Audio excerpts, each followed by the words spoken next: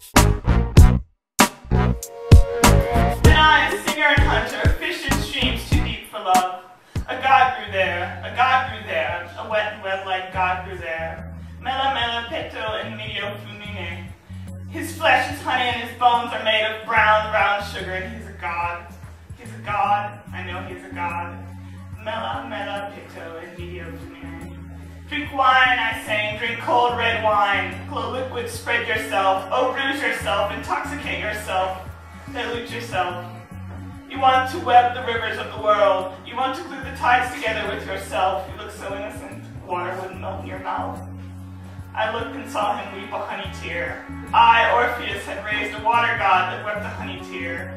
Mela mela pito and mio finir. And that's that poem. I saw you today. You were riding your road bike on William Street. You had your messenger bag strapped to your back. You were wearing that hat with your hair all tucked up inside. You had your stupid, splotchy facial hair going on. You had your eyes and your cool and easy way of riding that bike. And I knew it wasn't you. I knew it wasn't you because dead people don't ride bikes. But for a moment, today, I saw you. And I thought, this is how it feels to see him again. This moment, right here, this is me seeing you again. And I wanted to flag you down. I wanted to tug on your braids and say, hey, Pocahontas, just like that morning in Pioneer Square when I made fun of your hair. Just like that morning after Burning Man when I was still in my pajamas and did not expect to see you then, and certainly didn't expect that I would never see you ever again. Or hear you talk about the galaxy in my eyes again. Today, I just wanted to shout your name. I wanted to say, hey, what are you doing on that bike, man? You are supposed to be dead. But then I looked twice. I looked twice and you became not you.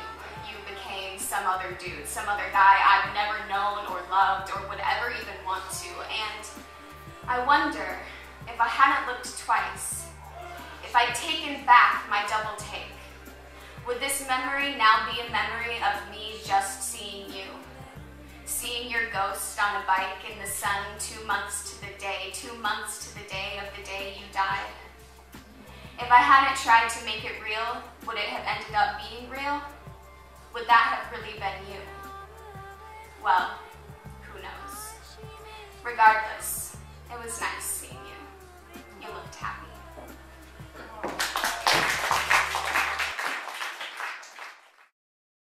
Autobiographical alley map.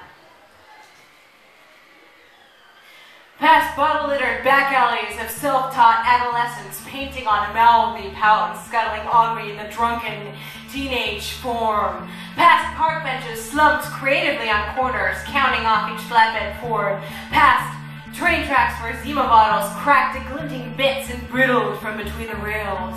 Past Burnside Street, where love affairs with tattoos near turned literal, in garbage pile kisses fueled by ink, caffeine, and nicotine, and the wife no wiser than the semi-truck strode past.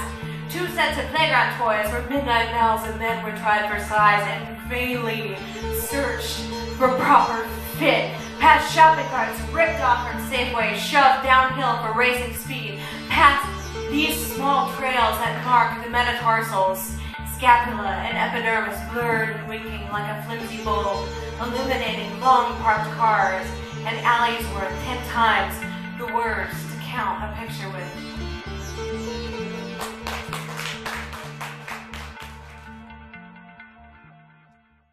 Gangster story. Remember when Cade got himself shot?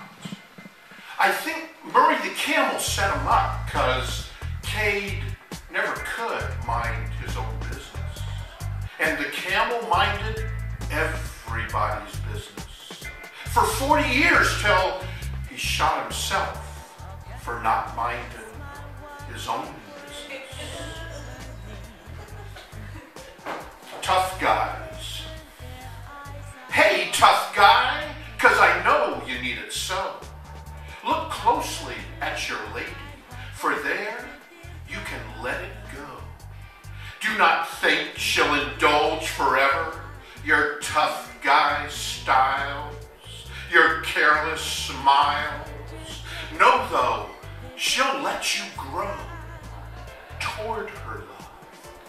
So let it flow, for you can see beneath the tough guy scene.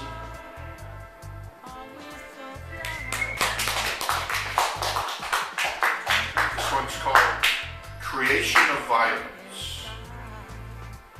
If you go walking alone in the ghetto at night, someone is sure to knock the piss out of you. If you let them think they're in your mind only at the moment of impact. It's called What Means the World to Me. I'm standing here in front of all of you because I have a big secret. It's a secret I'm not sure is so secret, but I haven't proclaimed it as true to those who may have already perceived it. So it's making it a secret if not a hidden truth, right? Just for the sake of saving time, I won't make you guess what the secret is. No, I'll just out with it. You see, my big secret is I'm an asshole. I'm the whole of all asses. I'm the dark hole nothing worth keeping comes out of, and everyone is so embarrassed to show, though everyone has one. So they're so scared that theirs will be detected, they scrub and wash it vigorously, but it still stinks. I brought this curse on myself, but I still sing sometimes. Oh Lord,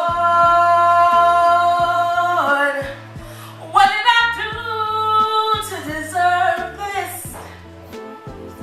I know what I did, and I know how I did it, but the devil made me do it. A lot of terrible, terrible things have been done to me, of course, just like a lot of terrible, terrible things have been done to you inside this room, and a lot of terrible, terrible things have been done to everyone outside this room. I've done a lot of terrible, terrible things to hurt people unintentionally, but with a resolve so great, it brings me to my asshole status. I react to each tragedy the way an asshole reacts to a bowel movement. Nothing good comes out, but both events happen naturally. Naturally, bad things will always happen, but I choose to react like an asshole. And I sing, heaven knows, Lord knows, I'm only human. One of these days, I will try to rid myself of the stink of these practice sins. Practice makes perfect, and I can sin with the best of them. I think I've got this fornication thing down, and I still crave elusive cockiness every once in a while. That means that I used to get high all the time, and I still think about it occasionally with fond memories. Sometimes I don't even recognize myself in these escapades that I'm water cooler recounting, seeming for them to be about someone else. Some other double loose lip tramp I know that is hilarious and tragic and beautiful and lost. And I sing, could this be? Is this truly me? Or is this some real fantasy? I'm trying to make changes lately, trying to recognize the girl I once knew. The problem is she's turned into a woman now, and the girl that I'm searching for is forever gone. No matter how long I tried, how hard I searched for her, I killed her a long time ago with sex and drugs and Xbox 360. I hurt hard by hims and he's and you's, and forgiving no one, not even myself or her or she's. Now it's time to create the woman I've been trying to, but damn if I can find a man that will give me a rib. I talked to one of my male friends yesterday and I asked him, why won't you give me a rib? He said, I would, but how do you know you won't create another asshole? Look what you did to